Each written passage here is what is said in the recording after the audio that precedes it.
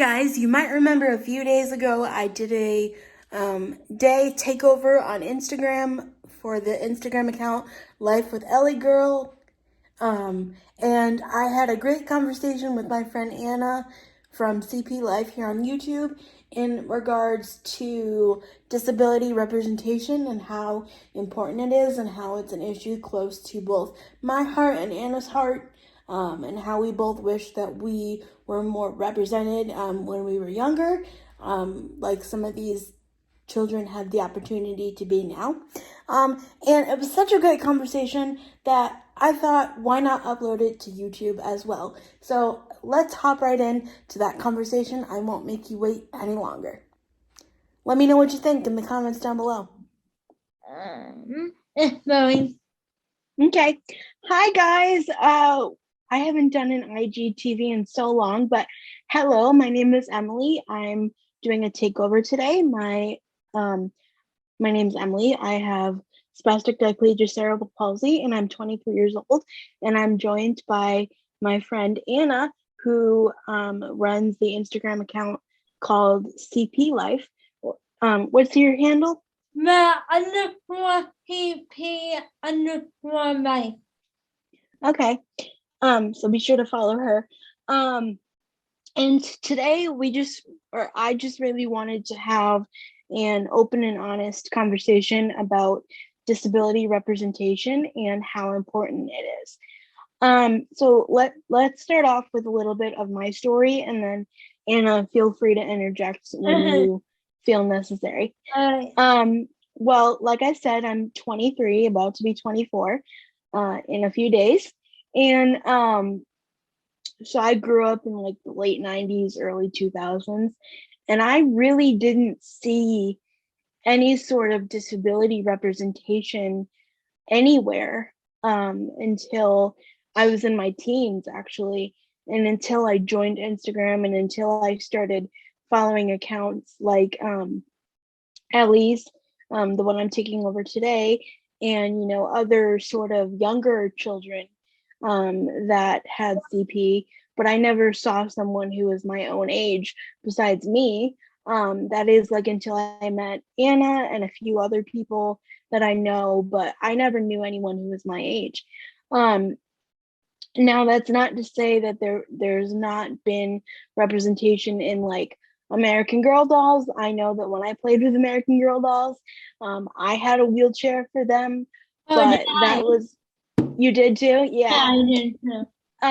But that was about the extent of the representation. I didn't even see anyone who looked like me in a clothing campaign until I followed some disabled influencers here on Instagram, and I knew that was a thing. I was like, I didn't even know we could get into campaigns like this until it was social media that brought it to my attention.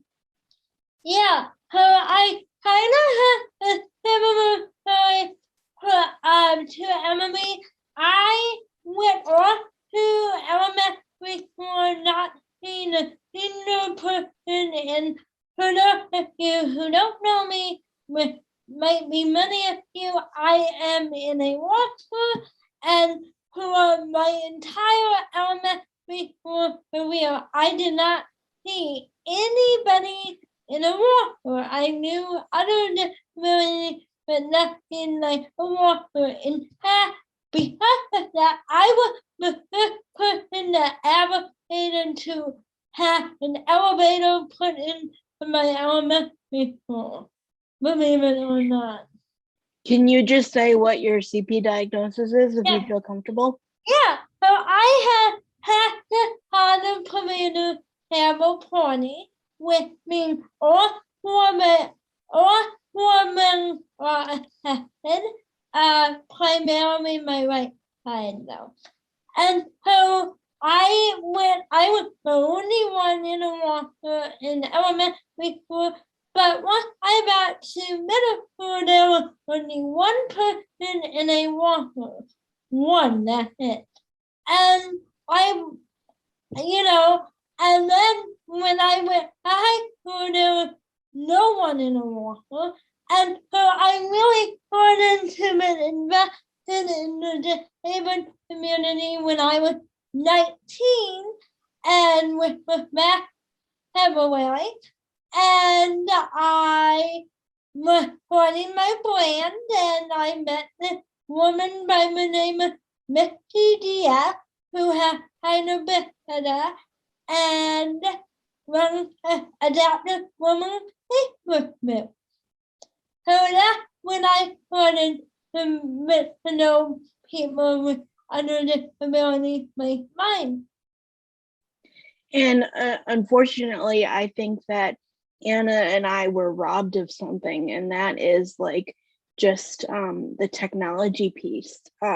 Because I know that when I was growing up, my mom knew other special needs families, and my mom knew other disabled people's families, but we only met them in the therapy waiting rooms, and then we really had no way of contacting them other than just that weekly therapy visit. There was no FaceTime support group. There was no like Zoom call to get together. There was no, there was no there was a friendship, but there was no like, do you understand what I'm saying? But Like there was I definitely, can I add something? Yeah, absolutely. You all. I definitely agree with you because my mom saw a variety of people with disabilities in waiting rooms, but none of them really had the mental capacity or the means to communicate back to us. Like, hey, do you want to hang out? And even the girl who I talked about, who went to my middle school, her mom wasn't very open to her hanging out with other disabled people for some reason. So I wasn't able to communicate with her either. So. Which that's also completely understandable too. Like not everyone has to put themselves out. It's not what I like to say is, because I identify myself as being like a self advocate. Like I admit I'm not very good a lot of the time, but like I do the best I can to show up and to show like what everyday awareness is like for CP. But it's not always my job to advocate and put myself out there and say, hey, I have CP, you know what I mean? And unfortunately it's not normalized yet to where it's just, oh, you have CP, nice to meet you, like what do you like to do, you know what I mean? There's still a lot of like questions and stares, and and then, I'm all hi, go ahead, I'll let you finish. No, it's okay. I'm all for answering questions, but there comes a time where like I'm tired. So like I understand where some people may not want to put themselves out there. I just wanted to touch on that point too, because like not everyone has to put themselves out there. Like Emily said, amount of testing and all that, but there's also a amount of dishonest people when you're trying to make attention.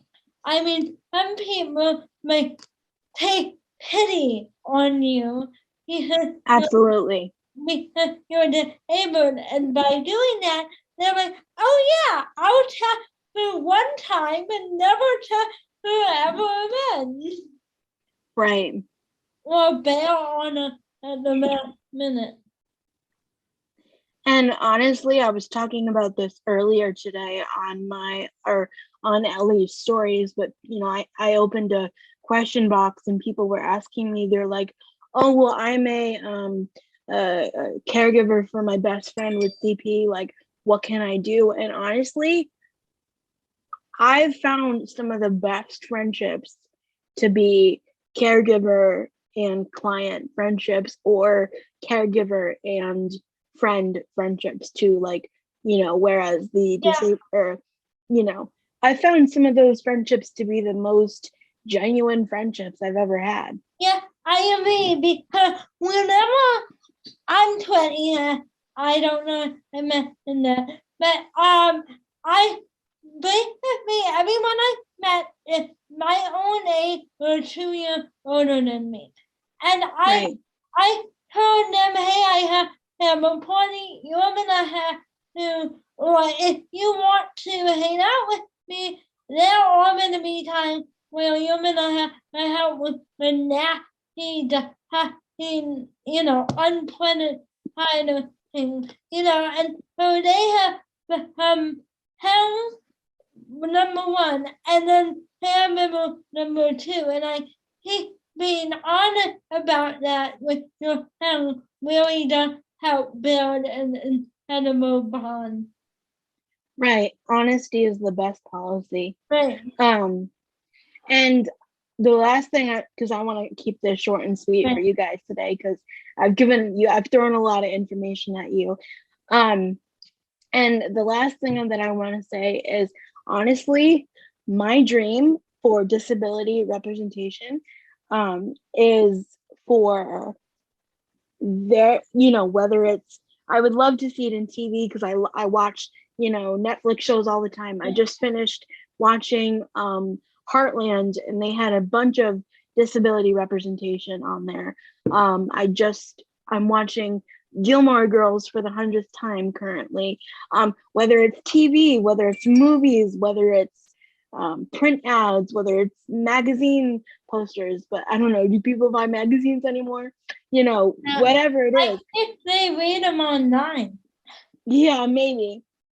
But whatever it is, I want to see somebody that's like me because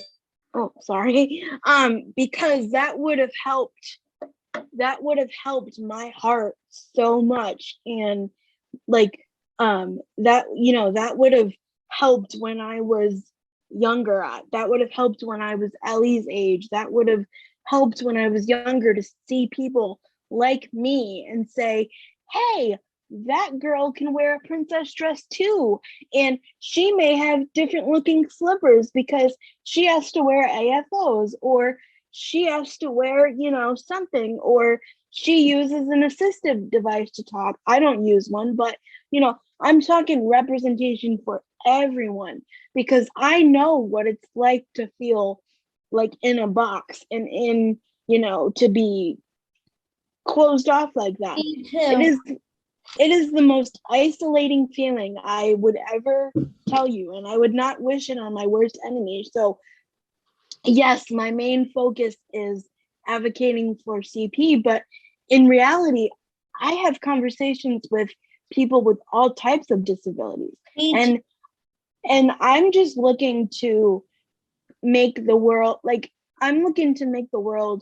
better than the way it treated me in school, in life, just everywhere. Same here. I do the same thing on my YouTube channel, EP Life. Yeah.